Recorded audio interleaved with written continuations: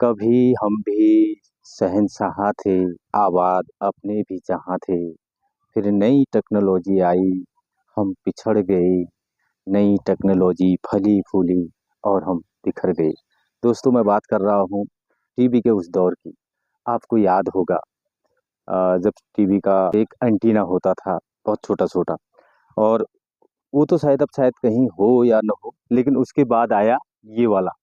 इसको कहते थे मल्टी एंटीना। इस पे एक बूस्टर भी यहाँ पर लगते थे, शायद वो भी होंगे। अरे क्या बात थी उस समय। इसको कंधे में रख करके लट्ठों में बात करके घुमाया करते थे।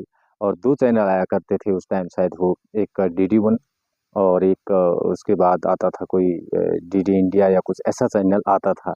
तो ये अगर इस पे आ गया तो आ ही गया, उसके बाद नहीं आता था। कई बूस्टर वूस्टर लगते थे।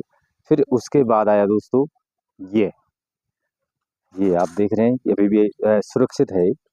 और ये जब आया तो इसमें भी मतलब पिक्चर बहुत साफ आने लगी थी। तो इसमें भी शायद दो चैनल आया करते थे, एक DD1 और एक सहारा।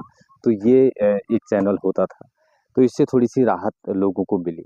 उसके बाद दोस्तों टीवी की दुनिया में, टेक्नोलॉजी की दुनिया में एक क्रांति सी आई और आ गया था ये वाला। ये देखिए, तो ये जब आया तो क्या बात थी। फिर तो जैसे हम साप्ताहिक की देखते थे, या फिर चित्रहार, या फिर रंगोली। तो इनके आने से वो सारी चीज़ें थोड़ा सा कम हो गई थी और चैनल की भरमार हो गई थी। तो उसके बाद तो फिर दौर आगे बढ़ा और फिर तो पे वाले चैनल आ गए।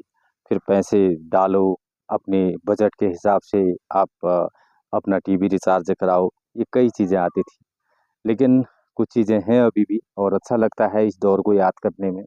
क्योंकि उस टाइम जब महाभारत आया करता था, तो इसको घुमाने के लिए कोई भी कहीं भी आ जाया करता था कि भाई महाभारत कल आएगा, यानी कि रविवार के दिन आया करता था। तो इनको खूब घुमाया करते थे। तो ये कुछ यादें उस दौर की हैं। शायद आप लोगों के पास भी बहुत सारी ऐसी चीज़ें होंगी जो आपको याद होंगी। हैं नई दौर तो इसको शायद कम ही पहचानेगा कि एंटीना होता था, उसके बाद मल्टी एंटीना होता था, उसके बाद ये बड़ा छतरी वाला डिश आया, ये सारी चीज़ें आई। तो लेकिन आज जो है, आज तो भरमार है। और आज फ़ोन ने कुछ ऐसा भी कर दिया कि टीवी कुछ ज़रूरत ही नहीं है, हर हाथ में मोबाइल जो है वो टीवी ही है। तो कुछ सयाने-सयाने लोग आज भी बहुत देखते हैं, लेकिन टीवी की शुरुआत अपनी बड़ी ज़बरदस्त थी।